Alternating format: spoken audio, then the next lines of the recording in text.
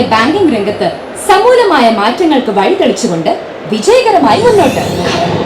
കേരളത്തിലാകെ 769 തരം ബ്രാഞ്ചുകൾ, തിരുവനന്തപുരം 92 ബ്രാഞ്ചുകൾ.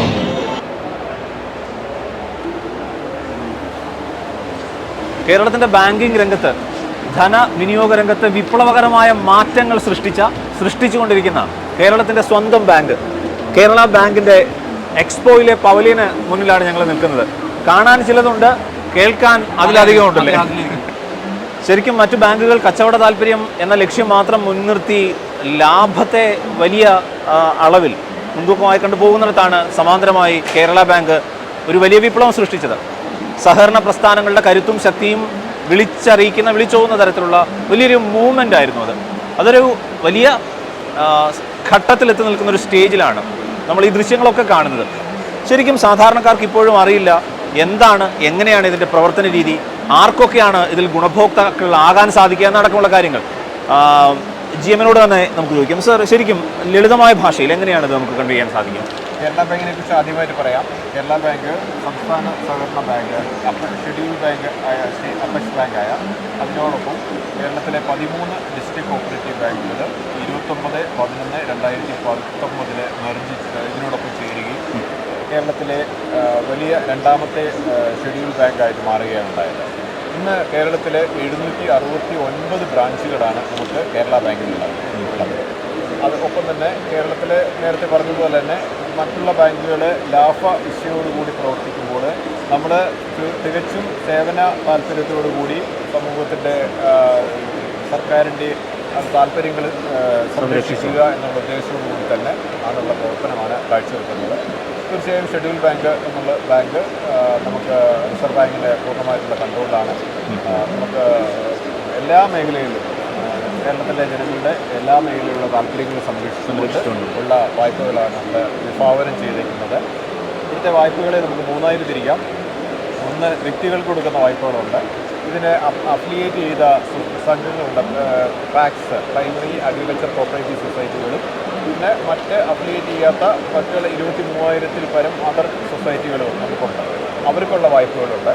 കൂടാതെ കോർപ്പറേറ്റ് ഒരു ഡിവിഷൻ പ്രത്യേകമുണ്ട്. അത് കമ്പനികൾക്കും അല്ലെങ്കിൽ നോൺ ക്രെഡിറ്റ് സംഘങ്ങൾക്കും പബ്ലിക് സെക്ടർ അണ്ടർടേക്കിങ്സ്, അതുപോലെ ഹോസ്പിറ്റൽ ഉള്ള കമ്പനികൾ, ഇവർക്കെല്ലാം കൂടെ ഇവരുടെ ലോണുകൾ ക്യാറ്റർ ചെയ്യാൻ വേണ്ടിയാണ് നമ്മുടെ കോർപ്പറേറ്റ് ബിസിനസ് ഡിവിഷനുണ്ട്. അപ്പോൾ 3 ആയിട്ട് നമുക്ക് തരംതിരിക്കാം. കേരളത്തിലെ ഇൻഡിവിജ്വൽക്കാർക്ക് നമുക്ക് വ്യക്തികൾക്ക് നമുക്ക് ഏതാണ്ട് 33 പരം വായ്പകൾ നമുക്ക് വിഭാവനം ചെയ്തിട്ടുണ്ട്. അതിൽ തന്നെ വീട്, ഭവന വായ്പ, പിന്നെ സാധാരണ പേഴ്സണൽ ലോണുകളുണ്ട്, മോർഗേജ് ലോണുകളുണ്ട്, വിദ്യാഭ്യാസ വായ്പയുണ്ട്, കാർഷിക വായ്പകളുണ്ട്. കാർഷിക വായ്പകൾ തന്നെ അഗ്രികൾച്ചർ ലോണുണ്ട്, കാർഷിക അനുബന്ധ വായ്പകളുണ്ട്.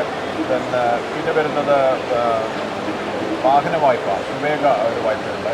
MSME നമ്മളുടെ ഏറ്റവും കൂടുതൽ വരുമാനം സർവീസ് സെക്ടറിലെ വായ്പയുടെ കാര്യം പറഞ്ഞു ഒന്നിടപെടുകയാണ്.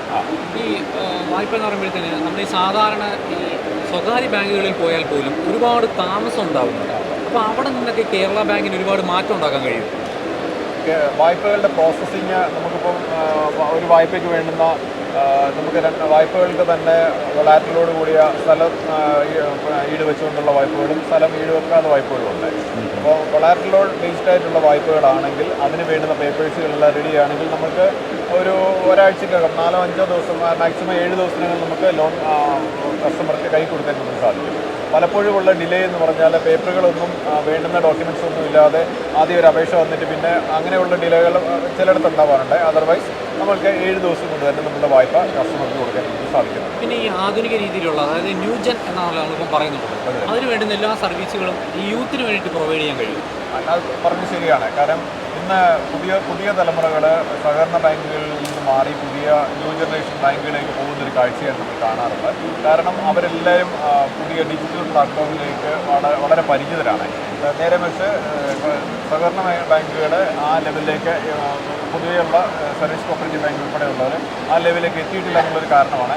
അത് കവർ ചെയ്യാൻ വേണ്ടി ഞങ്ങൾ ഇപ്പോൾ കേരളത്തിലെ എല്ലാ ബാങ്കുകളിലും CBS CBS ഇൻ്റഗ്രേഷൻ നമുക്കുള്ള 13 ഡിസ്ട്രിക്ട് കോപ്പറേറ്റീവ് ബാങ്കും സ്റ്റേറ്റ് കോപ്പറേറ്റീവ് ബാങ്കിൻ്റെയും CBS ഇൻ്റഗ്രേറ്റ് ചെയ്ത് ഒറ്റ വലിയൊരു CBS വരുത്തുകയും അതിനോടൊപ്പം തന്നെ ഡിജിറ്റൽ പ്രോഡക്ട്സുകളെ ഉള്ള എല്ലാ സൗകര്യങ്ങളും ചെയ്തു കൊടുക്കാനുള്ള ഒരു പദ്ധതി പ്രോസസ്സ് നടന്നുകൊണ്ടിരിക്കുകയാണ്.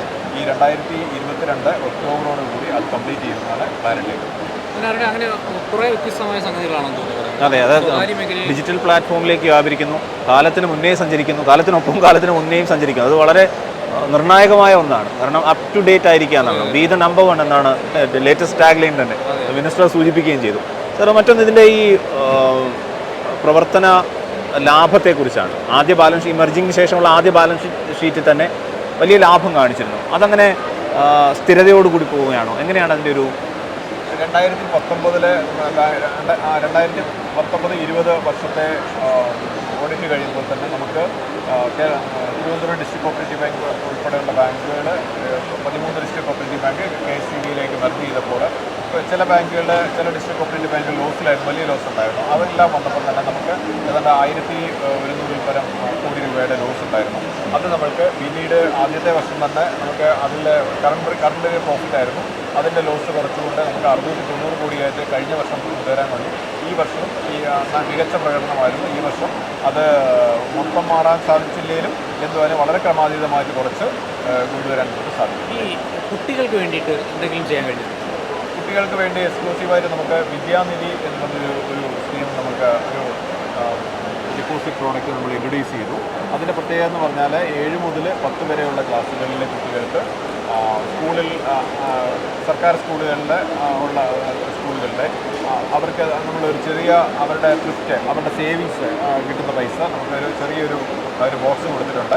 ആ ബോക്സിൽ ഇടുന്ന പൈസ നമുക്ക് നമ്മുടെ ബാങ്കിലെ സ്റ്റാഫ് ബ്രാഞ്ചിലെ റെപ്രസെൻറ്റേറ്റീവ് അവിടെ ചെന്ന് സ്കൂളിൽ നിന്ന് കളക്ട് ചെയ്യും. എന്നിട്ട് അവരെ 10ാം ക്ലാസ് കഴിയുമ്പോൾ അവരുടെ ആ പൈസ മൊത്തം ഒരു പലിശ സഹിതം തിരിച്ചു കൊടുക്കുകയും ബാങ്ക് അതിനോടൊപ്പം തന്നെ അവർക്കൊരു പ്രോഫിറ്റ് ഒരു അഡീഷണലായിട്ടൊരു ഗിഫ്റ്റ് അഡീഷണലായിട്ട് നമുക്ക് വേറെ കൊടുക്കുന്നുണ്ട്. അവർക്ക് തുടർന്നുള്ള പഠനത്തിനുള്ള ഒരു പൈസ സ്വരൂപിക്കുകയും രക്ഷകർത്താവിന് നമ്മുടെ 2 ലക്ഷം രൂപ വരെയുള്ള ഇൻഷുറൻസ് സ്കീം നമ്മൾ ഒരു കാര്യം ഇപ്പം നമ്മുടെ യുവ സഹകരണ സംഘം ഒരുപാട് രജിസ്റ്റർ ചെയ്തിട്ടുണ്ടായിരുന്നു. ഇപ്പം സംസ്ഥാന സർക്കാരിൻ്റെ 1ാം വാർഷികത്തിൽ ഒരു 25 യുവ സഹകരണ സംഘങ്ങൾ വന്നു. അപ്പം അവരുടെ ഒരു പ്രതിനിധി കൂടിയാണ്. അപ്പോൾ അവർ നമ്മുടെ മുമ്പിൽ പങ്കുവെക്കുന്ന കുറേ സംശയങ്ങളുണ്ട് സാറേ. ഇപ്പോൾ ഈ സംഘം രജിസ്റ്റർ ചെയ്തതിന് ശേഷം കേരള ബാങ്കിൽ ചെന്നാൽ ലോൺ കിട്ടുമോ, അല്ലെങ്കിൽ ഇതിന് പ്രവർത്തിക്കാൻ എങ്ങനെ കഴിയും, അങ്ങനെയുള്ള കുറേ കാര്യങ്ങളുണ്ട്. അതൊന്ന് പറയാൻ കഴിയും. നമുക്ക് യുവസംഘങ്ങൾക്ക് തീർച്ചയായും നിങ്ങളുടെ ബൈലോ അനുസരിച്ച് നിങ്ങൾക്ക് പ്രവർത്തിക്കാൻ നിങ്ങളുടെ ഒരു പ്രവർത്തന മേഖലയുണ്ടാവും. തീർച്ചയായും നിങ്ങൾക്ക് പ്രവർത്തിക്കാൻ നിങ്ങളുടെ മെമ്പർഷിപ്പും നമ്മുടെ ബാങ്കുമായിട്ട് അഫിലിയേഷൻ ഉണ്ടെങ്കിൽ നിങ്ങൾക്ക് പ്രവർത്തനത്തിന് നിങ്ങളുടെ ഒരു പ്രോജക്റ്റ് എന്താണോ ഉള്ളത് നിങ്ങളുടെ ഒരു പ്രോജക്റ്റ് നിങ്ങൾക്ക് സബ്മിറ്റ് ചെയ്യുക. അതിൻ്റെ സ്കോപ്പും അതിൻ്റെ ഒരു വയബിലിറ്റിയോടെ നോക്കിക്കൊണ്ട് തീർച്ചയായും നിങ്ങൾക്ക് എലിജിബിളായിട്ടുള്ള വായ്പ നമുക്ക് കേരള ബാങ്ക് തരാൻ സാധിക്കും. ശരിക്കും ബദലാകണം കേരള ബാങ്ക് എന്ന ടാഗ് ലൈൻ ആയിരുന്നു അന്ന് കേട്ടിരുന്നത്. അക്ഷരാർത്ഥത്തിൽ ബദലായ ബാങ്കാണ്. അതെ, ഒരു നമ്മുടെ ധനവിനിയോഗ ക്രയവിക്രയ സാമ്പത്തിക മേഖലയിൽ വലിയ വിപ്ലവമാണ് കേരള ബാങ്ക് സൃഷ്ടിച്ചത്. ഇപ്പോൾ ശരിക്കും ഷാഫി, ഇവിടെ ഈ കൊടുത്തിരിക്കുന്ന ബ്രോഷറിൽ തന്നെ ലോണുകൾ അതുപോലെ മറ്റ് ആനുകൂല്യങ്ങൾ അടക്കമുള്ള കാര്യങ്ങളെക്കുറിച്ച് കൃത്യമായി പറയുന്നുണ്ട്. ഇപ്പോൾ പ്രവാസികൾക്ക് സ്വയം തൊഴിൽ സംരംഭങ്ങൾ ആരംഭിക്കാൻ കേരള ബാങ്ക്, മാത്രമല്ല ക്ഷീരമേഖലയിൽ കേരള ബാങ്കിൻ്റെ കൈത്താങ്ങ്, അതെ, ഭക്ഷ്യ സംസ്കരണ യൂണിറ്റുകൾക്ക് മാത്രമായിട്ടുള്ള ലോണുകൾ, അതിനുള്ള സഹായം, അങ്ങനെ അനവധി പദ്ധതികളാണ്. ഇത് കൃത്യമായി അറിഞ്ഞ് മനസ്സിലാക്കി ഉപയോഗിക്കുക എന്നതുകൂടിയാണ്. വേറൊരു കാര്യം എടുത്തു പറയേണ്ടത് ഈ വിദ്യാനിധി കുട്ടികൾക്കുള്ള നിക്ഷേപ പദ്ധതിയാണ് വിദ്യാനിധി. ഇങ്ങനെ അടക്കമുള്ള നിരവധി കാഴ്ചകൾ. പദ്ധതിയുടെ പ്രത്യേകത എന്ന് പറയുന്നത് എടുത്തു പറയണം. ATM മൊബൈൽ ബാങ്കിങ് സൗകര്യം, 4% പലിശ, രക്ഷകർത്താവിന് പ്രത്യേക ആനുകൂല്യങ്ങൾ, അത് മാതാവിനാണ് മുൻഗണന. പിന്നെ രക്ഷകർത്താവിന് 2 ലക്ഷം രൂപ വരെ ഇൻഷുറൻസ് പരിരക്ഷയാണ്. അങ്ങനെ കുട്ടികളിലൊരു സമ്പാദ്യശീലം വളർത്തുക എന്നുള്ള ഒരു സംഗതിയാണ് ഈ വിദ്യാനിധി കൊണ്ട് ഉദ്ദേശിക്കുന്നത്. എന്തായാലും നമുക്ക് ഇതുമായി അനുബന്ധിച്ച് മറ്റൊരു പവലിയൻ കൂടിയുണ്ട്. കേരള ബാങ്കിൻ്റെ മറ്റൊരു പവലിയനാണ്, അതുകൂടി സന്ദർശിച്ച് നോക്കാം. ഇതൊരു ലക്കി കൂപ്പണാണ്. ഇതിൽ മുഖ്യമന്ത്രി പിണറായി വിജയൻ വിദ്യാർത്ഥികൾക്കായി പ്രഖ്യാപിച്ച കേരള ബാങ്കിന്റെ സമ്പാദ്യ പദ്ധതിയുടെ പേരെന്താണ്? അതിൽ ഓപ്ഷനുണ്ട്: കിസാൻ മിത്ര വിദ്യാനിധി, സുവിധ പ്ലസ്, പ്രവാസി കിരൺ വിദ്യാനിധി. ടിക്ക് ചെയ്ത് കൊടുക്കല്ലേ? വിദ്യാനിധി അല്ലേ? അതെ, ഓക്കെ.